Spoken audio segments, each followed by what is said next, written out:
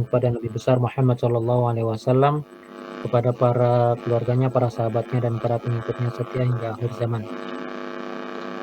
Mari sama-sama kita mulai pertemuan pada siang hari ini dengan membaca basmalah. Bismillahirrahmanirrahim.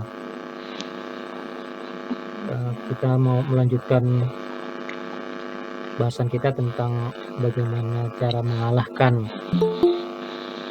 keburukan-keburukan, kejahatan-kejahatan, bisikan-bisikan syaitan yang ada di dalam diri kita sendiri. Dari beberapa kunci yang sudah kita bahas, ada satu kunci tentang bagaimana kita menundukkan mindset kita secara benar, yaitu mindset mengenai kedudukan manusia sebagai makhluk dan kedudukan Allah sebagai Khalik. Ini beberapa penerapan yang dalam kehidupan sehari-hari. Kemarin kita sudah berbicara tentang bagaimana kita berpikir mentalitas bisa. Jadi you can if you think you can. Kamu akan bisa melakukannya kalau kamu berpikir memang kamu bisa. Jadi di mentalitas bisa ini memerlukan mentalitas bisa ini memerlukan rasa optimis terhadap apa yang ada di depan kita. Masa depan kita harus dipandang secara optimis. Demikian juga kita perlu menghindari hal-hal yang toksik, yang akan mempengaruhi, yang akan mereduksi kekuatan mental kita sewaktu kita bilang kita bisa. Ada lingkungan kita yang bilang kamu nggak bisa, itu bisa mereduksi kekuatan mental kita. Nah, itu harus dihindari hal-hal yang seperti itu. Baik itu dari lingkungan, dari teman, dari bacaan, dari tontonan, dari pemikiran, dari obrolan, atau bahkan dari kebiasaan-kebiasaan kita sendiri yang mereduksi kemampuan mentalitas kita. Itu dari masalah mentalitas. Yang kedua adalah masalah visualisasi positif, artinya apa yang memang sudah kita hadirkan di dalam mindset kita bahwa kita bisa, itu harus kita nyatakan, harus divisualisasikan, harus diwujudkan dalam bentuk-bentuk yang lebih nyata. Jadi ada beberapa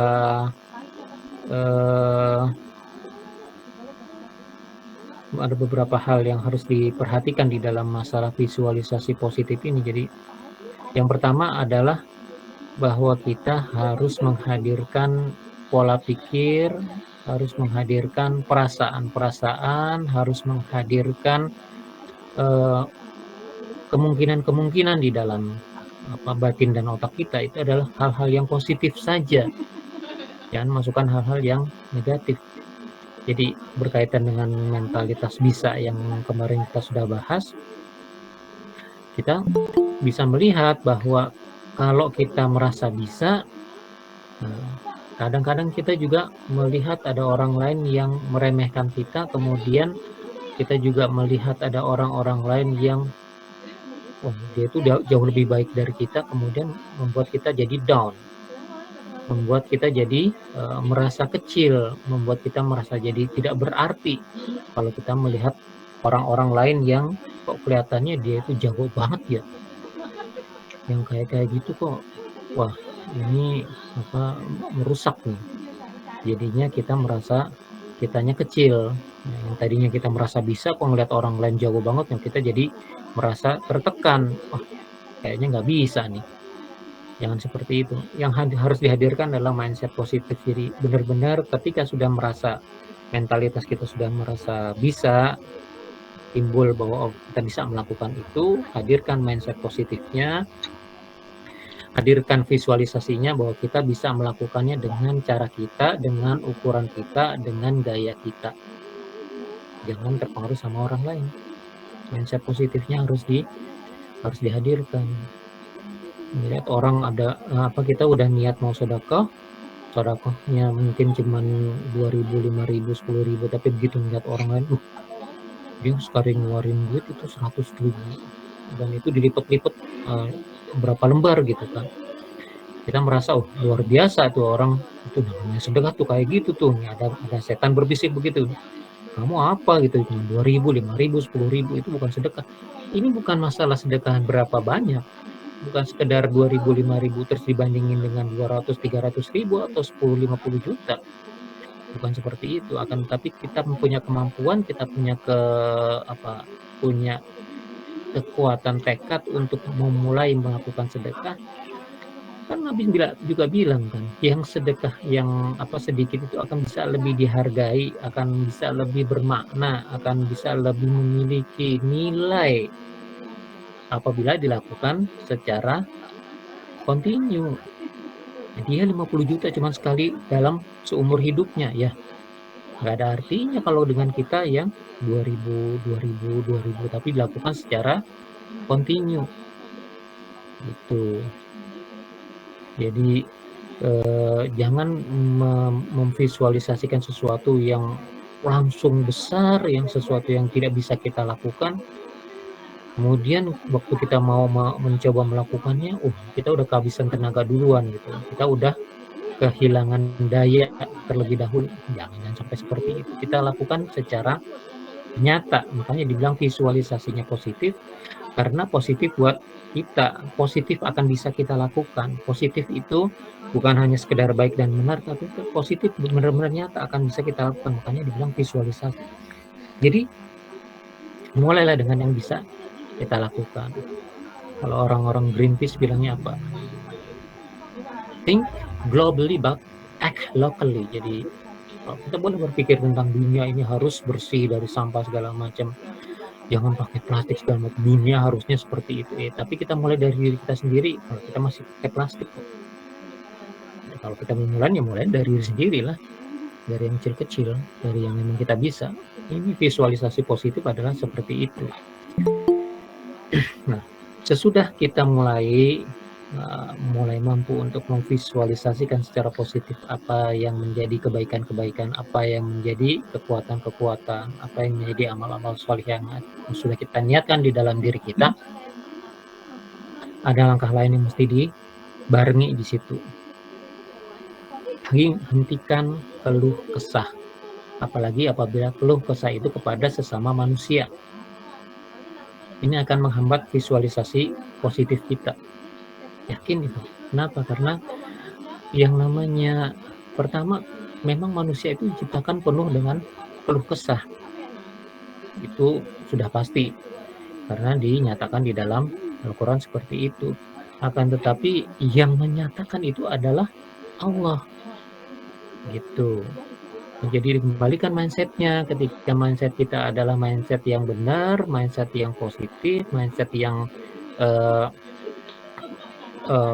menyatakan bahwa kita itu adalah makhluk dan Allah itu adalah Khalik, maka ketika kita menyadari ada keluh kesah kita, ada hal-hal yang perlu kita sampaikan kepada Allah Subhanahu wa Ta'ala, ya sampaikanlah kepada Allah, jangan kepada sesama manusia. Ya Allah, saya ini merasa ingin berbuat baik, tapi saya nggak mampu. Saya pengen sedekah, tetapi penghasilan saya sedikit, sedangkan pengeluaran saya banyak. Sampaikannya kepada Allah, jangan sampaikan kepada manusia. Kalau disampaikan kepada manusia, sering-sering dapatnya bukannya masukan positif, malah masukan yang negatif-negatif, yang mereduksi mentalitas bisa kita. Tadinya kita udah niat gitu pengen sedekah, ya kamu mah orang miskin, nggak usah pakai sedekah, kamu mau harusnya nerima sedekah, malah dibilangin seperti itu kan jadinya yang tadinya kita pengen sedekah, oh iya ya, saya mah jangan ngasih, saya mah minta gitu. Yang tadinya kita udah siap-siap tangan di atas, begitu dengar ada teman kita, kamu kan miskin, kamu mah minta, ya jadi tangan kita berubah gitu, jadi pengennya minta, pengennya mendapatkan, pengennya diberi oleh orang. Ini akan merusak kita. Jadi hentikanlah keluh kesah terhadap manusia-manusia lainnya. Hentikanlah keluh kesah terhadap makhluk-makhluk, apalagi kalau kita keluh kesah sama makhluk halus gitu kan, yang nggak kelihatan. Terus kita minta-minta gitu, minta-minta sama mereka, minta tolong, minta kekuatan, bahkan ada yang minta dicarikan harta segala macam. Ya Ratuyul, yang seperti itu kan tidak kita ketahui secara nyata, tetapi kita dengar berita-beritanya dan Di dalam agama juga ada yang seperti itu. Nabi menyatakan seperti itu, Al-Quran menyatakan seperti itu, di dalam surat Jin juga dinyatakan tuh ada manusia-manusia, ada beberapa lelaki di antara manusia yang meminta tolong kepada beberapa lelaki di kalangan jin. Seperti itu, yakin berarti itu sebenarnya kasusnya ada. Nah kita jangan seperti itu. Kalau kita mau minta tolong, bolak-balik saya bilang karena kita ini adalah makhluk dan Allah adalah khalik kita, ya mintanya sama Allah. Karena kita adalah mutarabbi, yang menjadi Rob itu adalah Allah, mintanya sama Allah langsung. Jadi ini yang akan membuat kita nanti visualisasi positif kita tidak terganggu, malah akan terbantu. Karena begitu kita mengadu kepada Allah Subhanahu wa taala, Allah akan berikan kepada kita beberapa ilham, beberapa pemecahan. Kadang-kadang tidak diberikan kepada kita secara langsung, tetapi dihadirkan orang atau dihadirkan kesempatan atau dihadirkan pemikiran-pemikiran yang membuat kita mampu melakukan kebaikan-kebaikan yang tadinya sudah kita niatkan. Mau sedekah gitu, kita nggak mampu gitu. Ternyata uang kita kepake buat yang lainnya. Kita belum sarapan mau berangkat, kita ada duit 5.000. Masih bisa buat sarapan, bisa. Tetapi kan tadi mau sedekah, ya udah diduluin kebutuhan kita, ibda binafsik, sarapan dulu. Tubuh kamu perlu asupan, kasih makan dulu. Ya nanti kita lapor sama Allah, ya Allah tadi saya udah niat mau sedekah tetapi duitnya cuma tinggal 5.000. 5.000 saya pakai buat beli bubur, nyabu pagi-pagi gitu kan. Nanti bagaimana dengan sedekah saya mohon pertolongan ya biar saya bisa sedekah hari ini. Nanti dihadirkan oleh Allah Subhanahu wa taala. Mau menyeberang, kalau ada nenek-nenek mau nyeberang, ya kita bantu. Itu udah sedekah. Begitu kita keluar rumah ketemu tetangga, kita senyum, ya itu udah sedekah. Jadi insya Allah kalau memang kita benar menghadirkan mindset kita, kemudian kita benar di dalam menghadirkan mentalitas bisa kita, kemudian kita berusaha untuk memvisualisasikan semua niat baik yang ada di dalam diri kita supaya kebaikan-kebaikannya bisa timbul, supaya keburukan-keburukan di dalam hati kita bisa terkalahkan. Apalagi bukan keburukan, kejahatan itu misalnya. Ada uang, tadinya bukannya mau sedekah, jadi nggak jadi kita buat sarapan, melihat ada tetangga pohonnya bagus banget itu kan ada buahnya, yang buah mangga mungkin sekarang udah mulai berbuah lagi, mekar menjambu segala macam, ada niatan mau mencuri. Nah ini sesuatu hal yang tidak boleh. Jangan divisualisasikan yang negatif kayak gitu, ya hancurkan. Kalau perlu datang ke rumah, emang kalau emang bener-bener pengen, bagus banget itunya, mangganya kayaknya cakep banget tuh. Kalau mau ambil aja, paling dibilang kayak gitu. Kalau enggak, ini saya ambilin, gitu. Nih buat nanti, gitu kan. Artinya apa? Memvisualisasikan sesuatu yang yang positif di dalam diri kita itu harus nyata. Jangan sampai kalah dengan visualisasi dari keburukan-keburukan yang ada di dalam diri kita. Makanya benar-benar ini harus diperhatikan, mindsetnya awalnya bahwa kita ini makhluk Allah itu adalah khalik, itu harus sudah dipasang benar-benar. Jadinya kita nggak akan sembarangan di dalam memvisualisasikan. Itu akan biasanya yang visualisasi tentang keburukan, kejahatan itu bisa lebih nyata di dalam pikiran kita. Itu beneran. Itu buat semua orang akan seperti itu. Yang bisa mengalahkan adalah bagaimana ketika kita sudah menyadari itu, nah kita berupaya mengalihkannya dengan memvisualisasikan yang benar-benar baik tentang kebaikan-kebaikan. Itu pun biasanya masih akan dicoba diselewengkan oleh bisikan-bisikan setan. Tapi kalau kita sudah mulai berlatih untuk memvisualisasikan yang benar, yang baik, yang sesuai dengan kedudukan kita sebagai makhluk, ini insya Allah akan lebih mudah buat kita. Kemudian yang perlu kita lakukan juga adalah kita menyebarkan energi positif. Jangan energi negatif. gitu. Begitu ngeliat keluar rumah, ngeliat tetangga cakep-cakep, nyolek lagi yang tetangga sebelahnya lagi, si anu tetangganya cakep-cakep banget, nggak pernah bagi-bagi gitu kan. Ini energi negatif, jangan seperti itu gitu. Kalau mau menyebarkan energi-energi yang perlu kita sebarkan, ya yang sebarkan yang positif. Kenapa? Karena nanti itu hukum kekekalan energi adalah energi itu tidak akan habis, dia hanya akan berubah bentuk. Suatu saat dia akan kembali kepada diri kita. Law of attraction kan seperti itu. Begitu kita menyebarkan energi positif, nanti akan balik kepada kita energi positifnya. Kalau energi negatif yang kita sebarkan, wow, akan balik kepada kita. Paling enggak begitu kita sudah mengeluarkan omongan atau mengeluarkan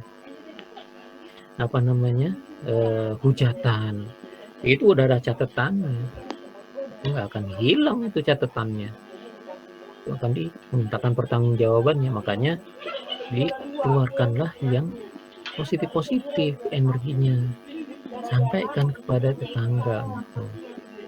Jadi kalau memang yang mau keluar itu adalah energi yang negatif, ya itu mesti dibelokkan, tahan, simpan, buang, atau belokkan kepada yang positif. Jadi akan lebih berarti dan lebih baik buat kita, akan menghasilkan hal-hal yang terbaik. Jadi lihat tuh, begitu kita keluar rumah, sebarkan energi positif.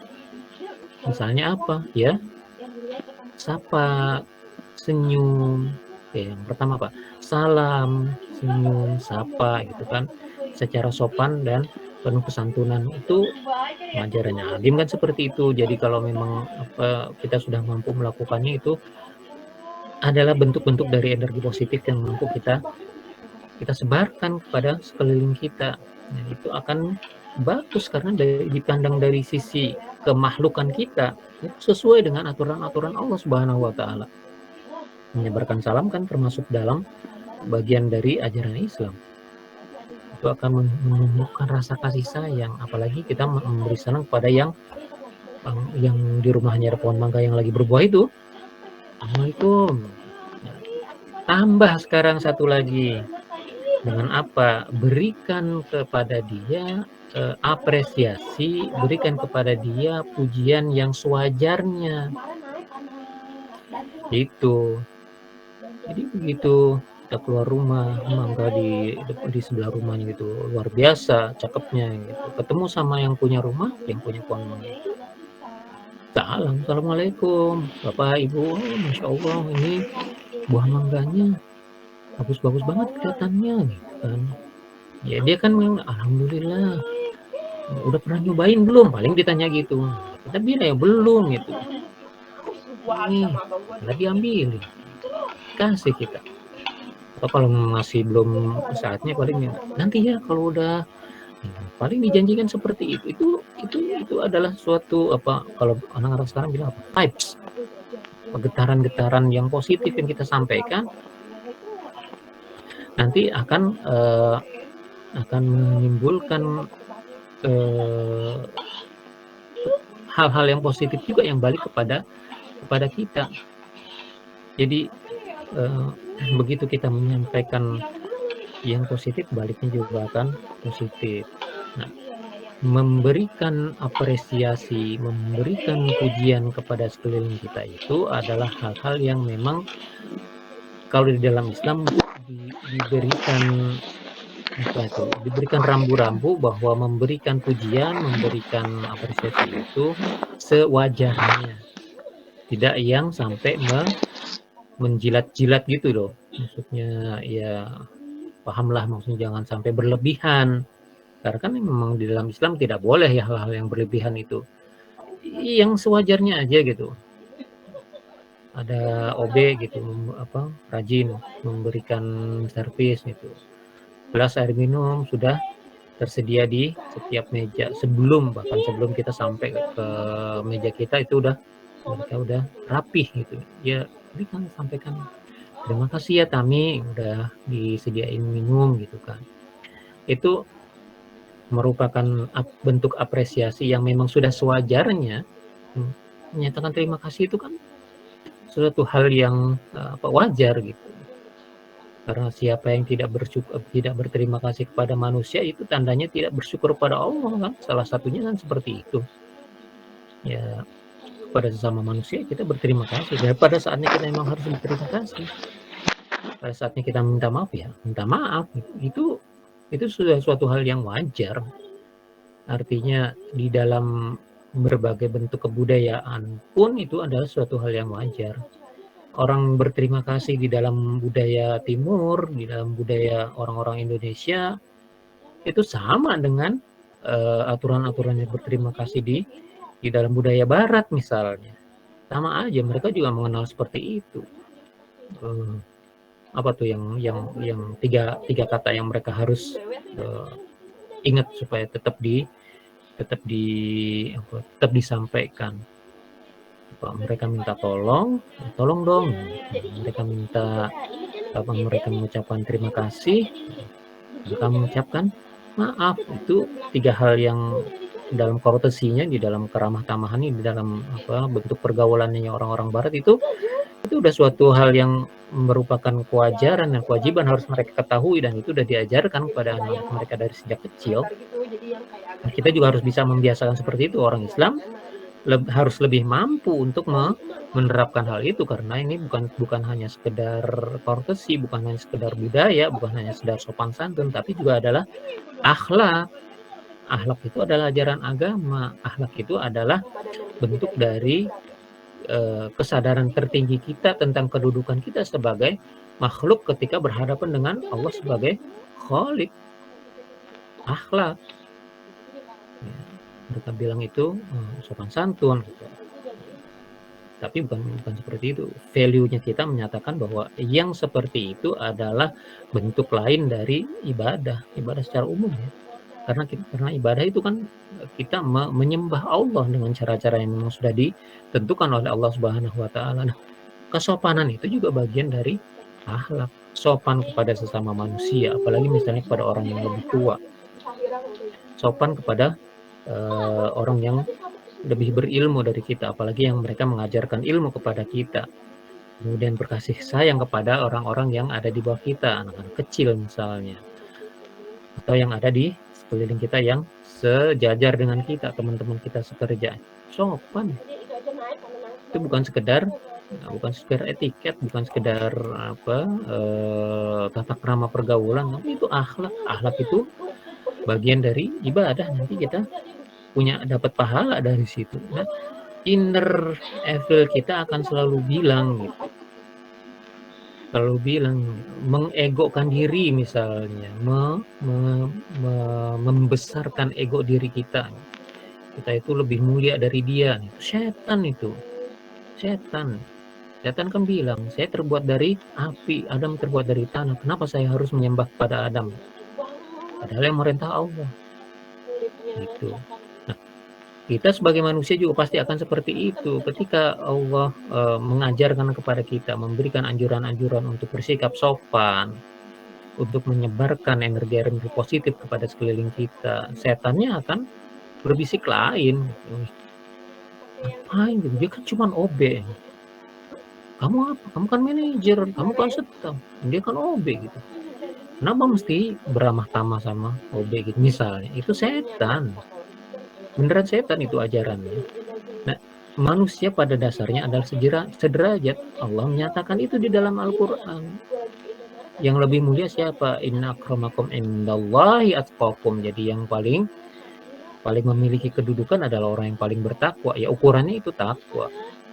Dia diretur, kalau dia tidak bertakwa, ya rendahlah di dalam pandangan Allah Subhanahu wa taala. Seperti itu.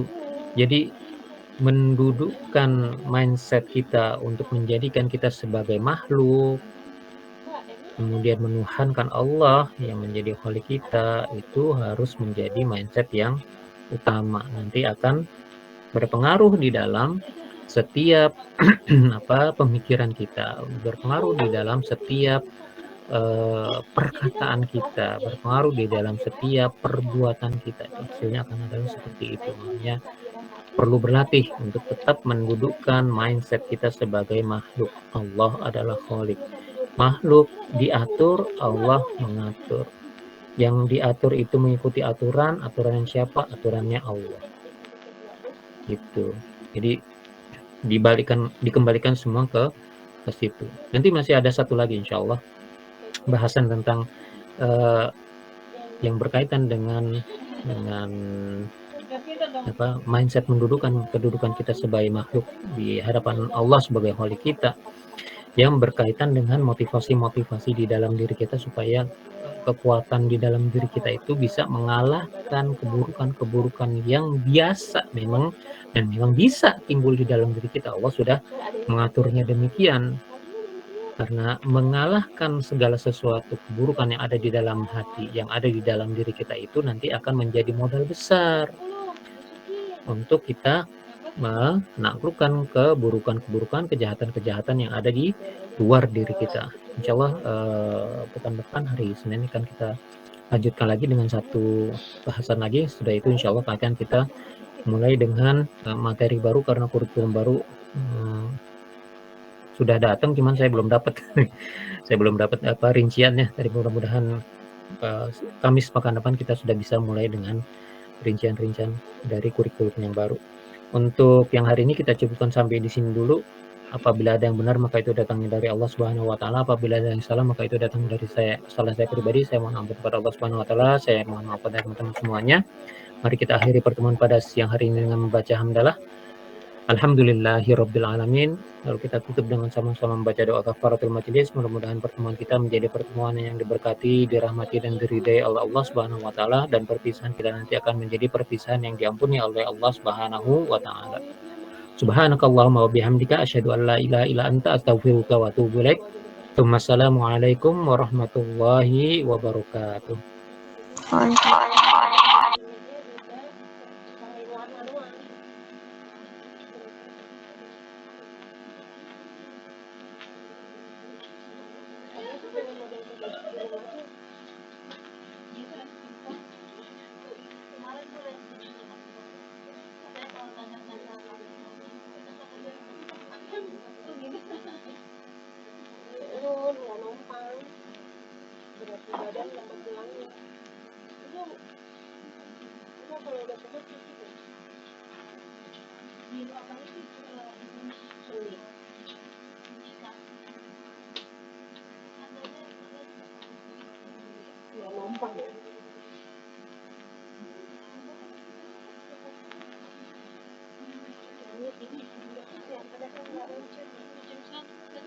Udah.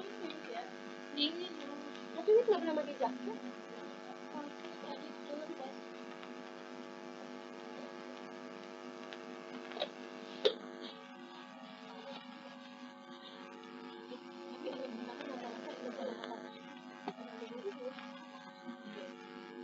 Kayaknya tuntutan sekolah.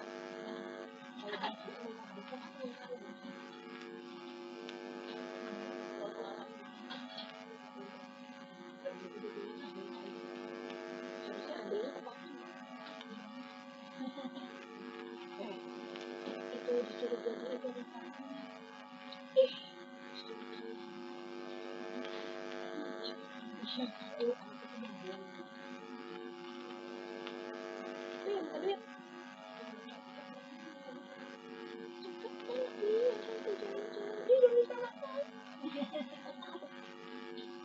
tapi pada kata ada jadi kalau ada jadi ada yang berani tuh kalau nggak dipanggil karena dia masih sekarang kan dia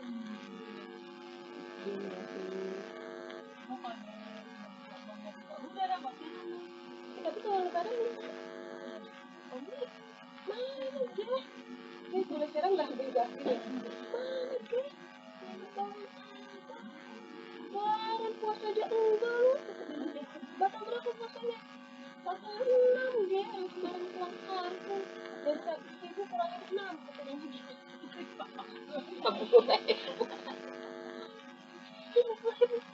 iya kalau kita juga masih itu juga nggak tahu soalnya mereka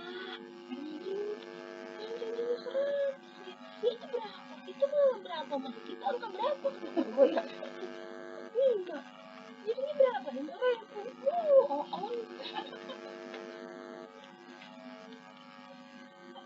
Membahayakan sama saya kan udah kata kita udah peduli. Simpen. Aku nomor 2 ini ya Allah. Ada ya tiap anak pasti ada aja yang gitu ya, salah satunya dah yang kacau ya, yang klik gitu. Adanya yang apa? Oh itu benar. Oh yang segede si kaju, yang kajunya ya, kok atas banget.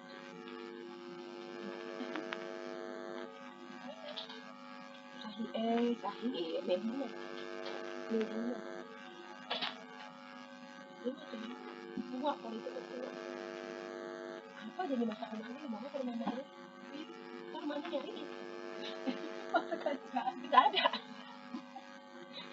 Mbaknya bisa ngedadar telur 3 gitu kan, dibawa ke rumah gue 2. Satu kan mbaknya nyari, ini kemana telur sama ibu mas? Anak saya kemana? Kasihan mama belum makan. Mbaknya bikin peyek, mbaknya naruh di toples nih otomatis gitu, jadi 3. Nah satu kan dimakan sama mereka, satu yang udah utuh dibawa ke rumah mak gue. Ini gimana ya mas, tadi sampai Tupperware ini satu udah penuh ibu taruh, anak saya mama kasihan mbak ini tahu ya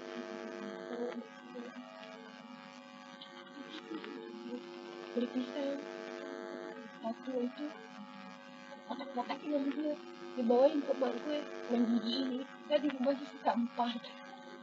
Jadi kalau yang sama bisa cucu kesalahannya ke satu ya pintar tahu ada kamera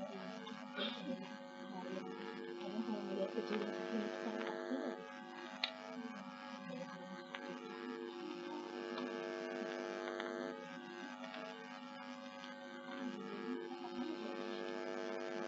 bukan satu lagi ada lagi dia ada cewek yang suka dia panjang tuh tahu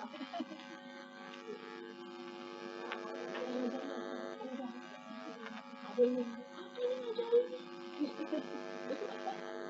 ini buat dari bola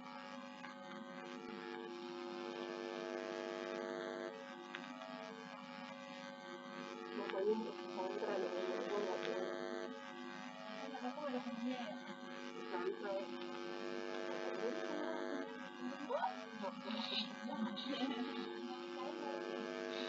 dia katanya itu ya kabul ya itu kan kalau yang kena itu belum ini gue nggak tahu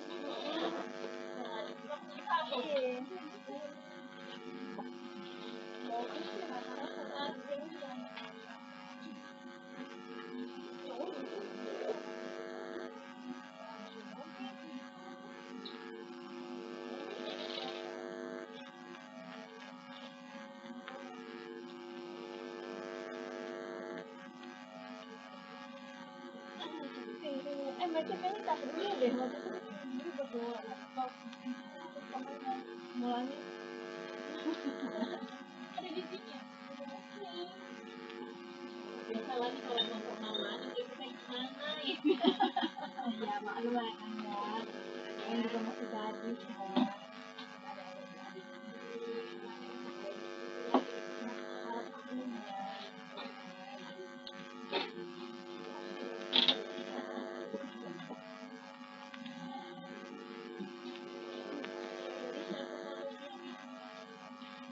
buang